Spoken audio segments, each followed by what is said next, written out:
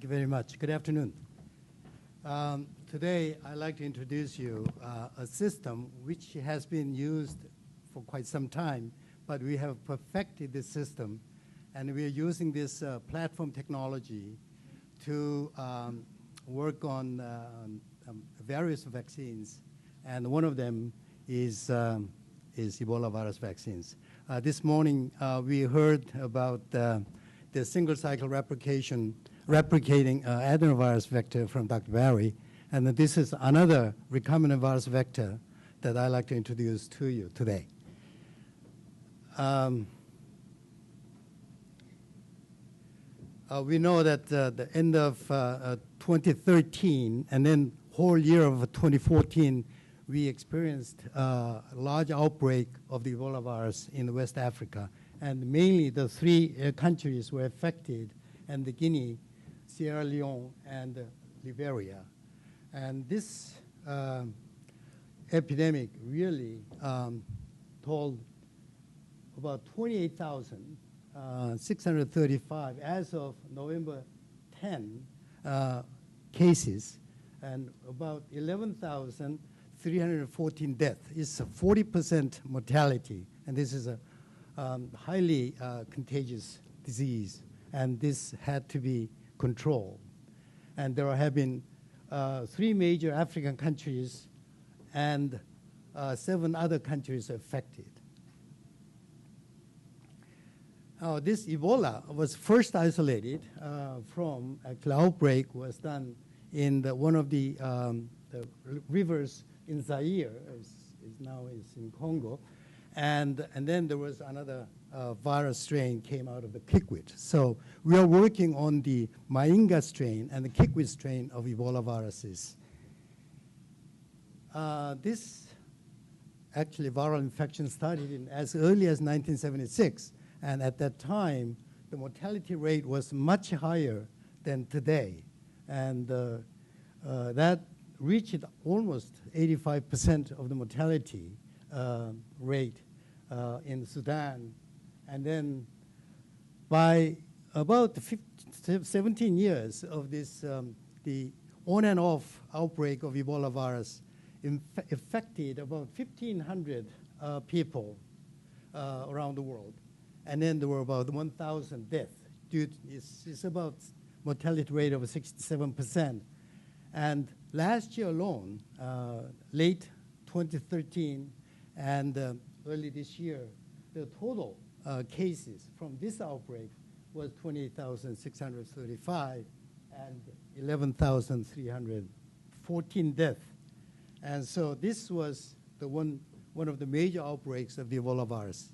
But prior to this, there was the virus called Marburg virus, and which was isolated as early as 1967 in Germany and also in Yugoslavia, that those people that were importing the monkeys from African countries to have the monkey kidneys to replicate or prepare poliovirus vaccines and so on.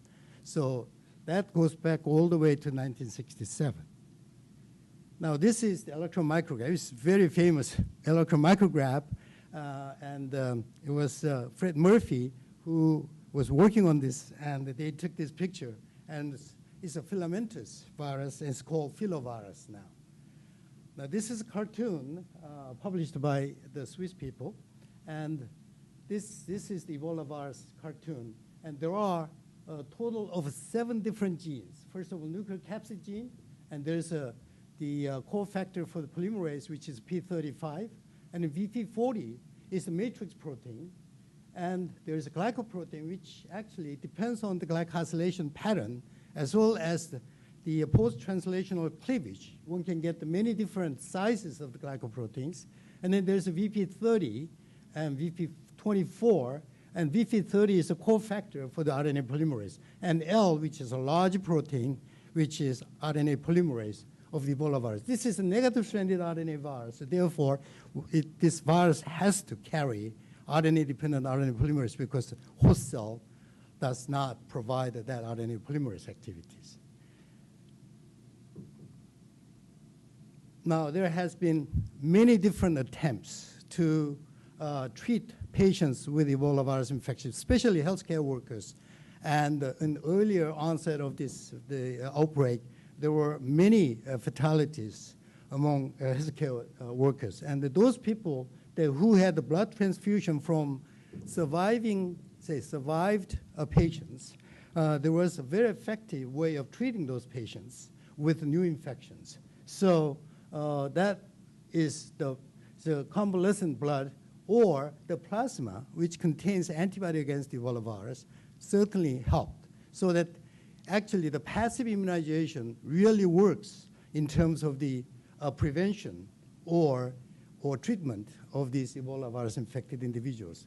We all know that the ZMapp, which is the monoclonal antibody, is 3 different monoclonal antibodies put together and made this antibody pool and then treated, and that also works in certain level, which means that the antibodies against the Ebola virus can be used as therapeutic agents. And in addition, there are other antivirals people have tried, and including the small interfering RNAs as well as interferons. Now, the ultimate goal to control this virus would be the vaccination programs. Now, Dr. Barry mentioned about adenovirus, recombinant adenovirus carrying the Ebola virus genes, and that is effective, in fact. And also, that we have now a large clinical trial going on with the vesicular stomatitis virus carrying Ebola virus glycoprotein genes. Now, you can insert that glycoprotein gene between the G and L gene of the VSV, or you can replace the VSV G protein with the Ebola virus glycoprotein. And it turns out that that virus produces a very low yield of the virus, therefore we cannot use it. I mean, it's very inefficient in a way. But the people who tried to make this recombinant virus actually came out of the Winnipeg. It's the public health laboratory of the Winnipeg.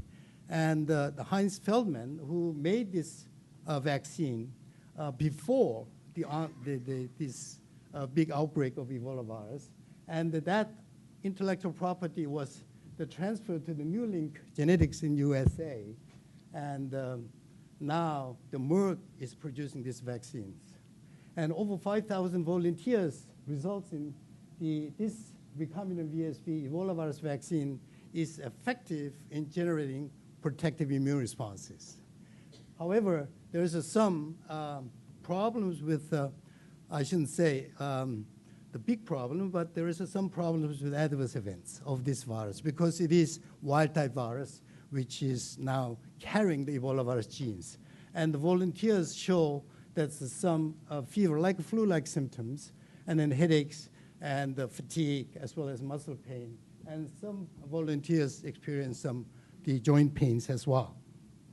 Now, the clinical results shows that this recombinant Ebola virus, VSV Ebola virus vaccines show that the mild to moderate early onset of reactogenicity. I mean, that is due to the maculopapular rash was observed, and also vesicular dermatitis on the foot was observed as well. And 35% of the vaccinees experienced a fever, and 94% of the participants had a viremia within 3 days of vaccination.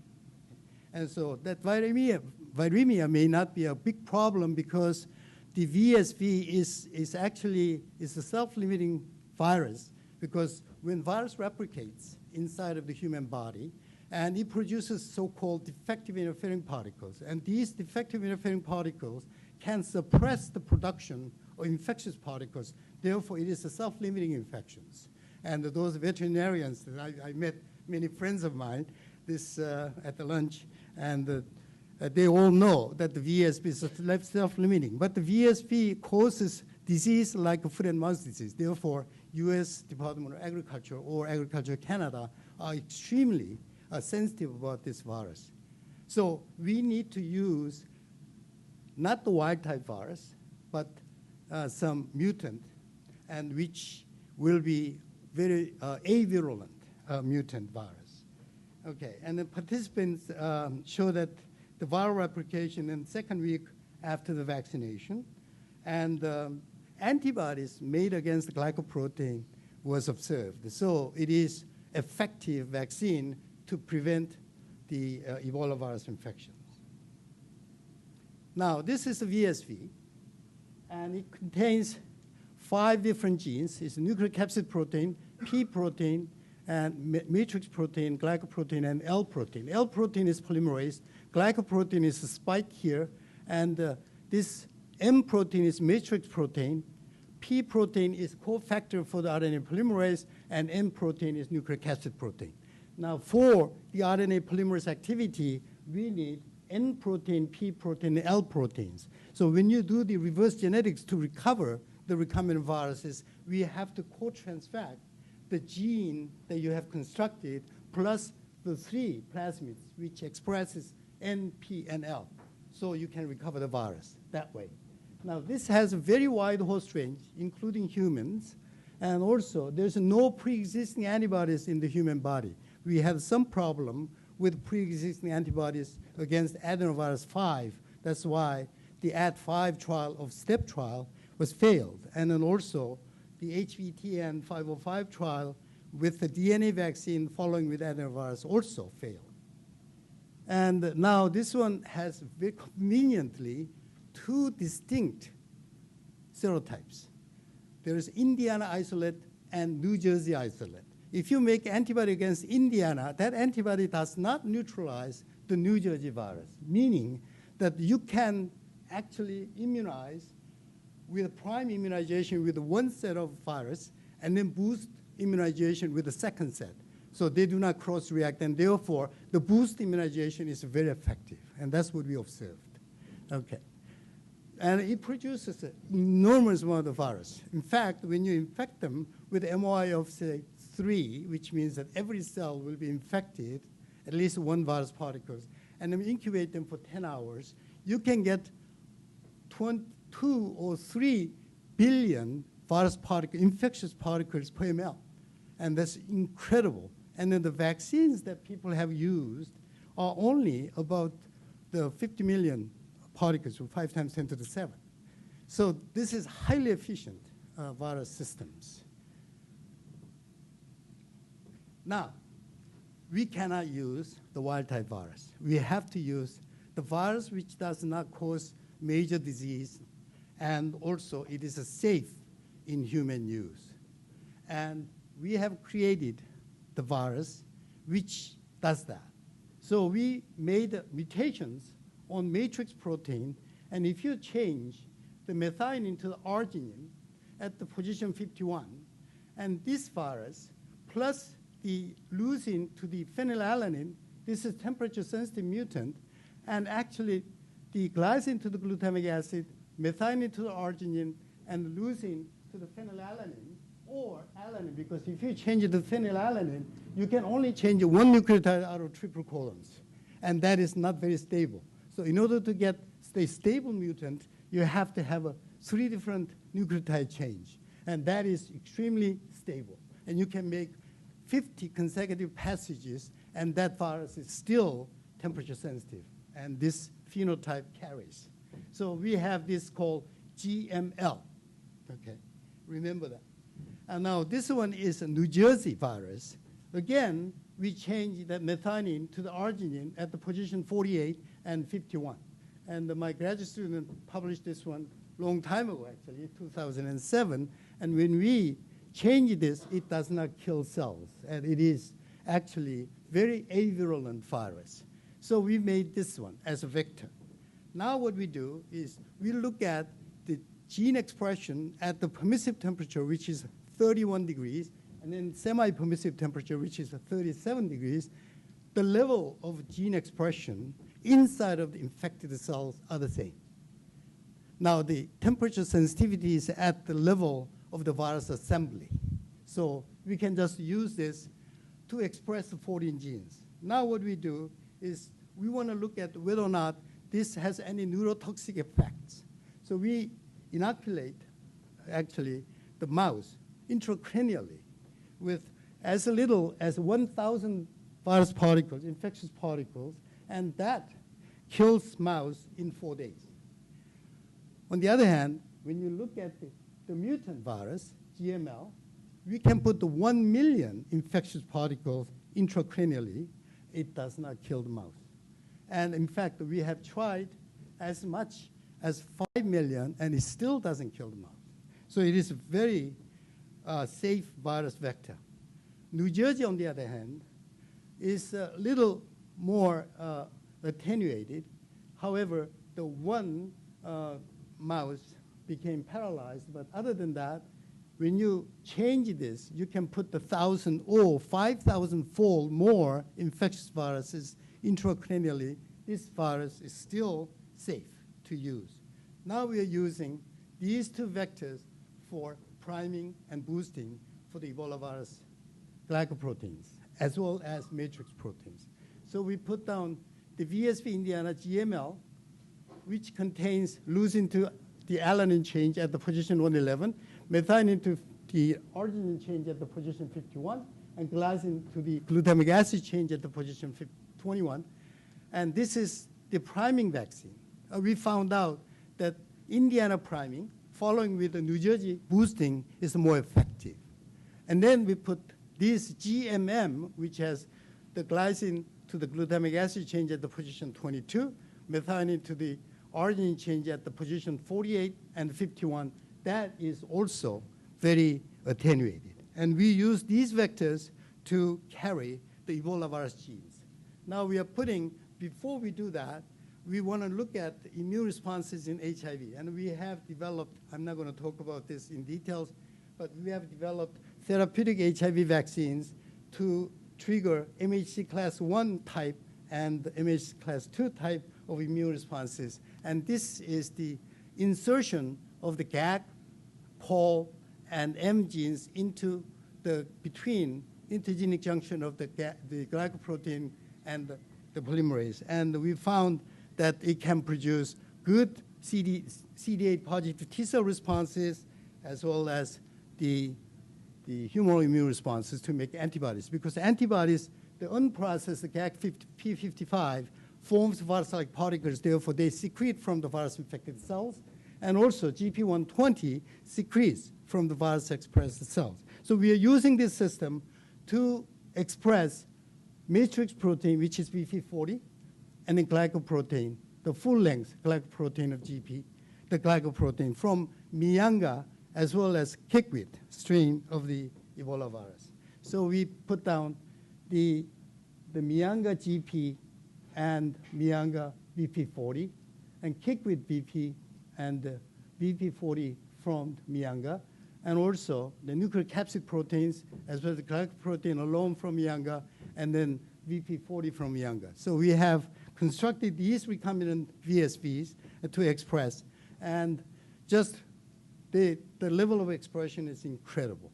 They produce large quantities of the proteins, and both GP as well as the VP40 proteins. Now they form a virus-like particles, and then you can recover them from virus-infected cell supernatant. So you can centrifuge it down. But these really respond to very good immune responses.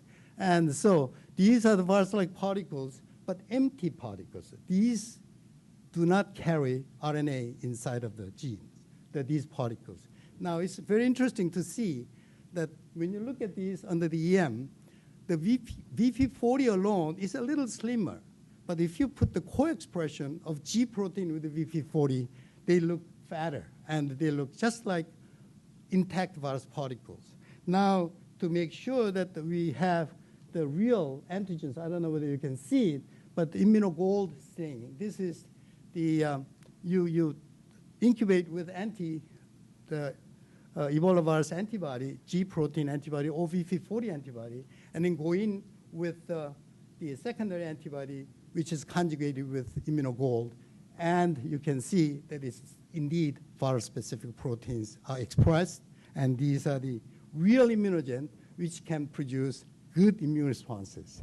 So today, I'm presenting to you the genetically modified M gene mutants of the VSP Indiana, GLM, and VSP New Jersey, GMM, can be produced as much as 10 to the 9 PFUs per ml, which actually is the problem with the previous wild-type virus VSV, because they could not produce much more than 5 times 10 to the 7.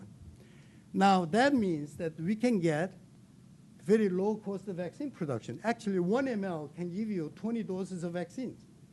Okay, and then this Indiana GML priming with New Jersey GMM boosts, but this does not cause any adverse events in animals, and we want to try in human as well. The genetically modified M gene mutants of VSP Indiana and VSP New Jersey are ideal prime booster vaccine vectors to develop Ebola virus vaccines, we believe. And this system may not require the cold chain for distribution, because we have tried to lyophilize this virus and then reconstitute. We only lose about 50%. In other words, 20 doses can be 10 doses. So you don't have to have a cold chain to transfer these viruses. In fact, if you are talking about sub-Saharan Africa or African countries for distribution of this kind of vaccines, you need, you cannot have the effective cold chains. So you need lyophilized vaccines to do this. And this system actually is platform technology is applicable for the other vaccines as well.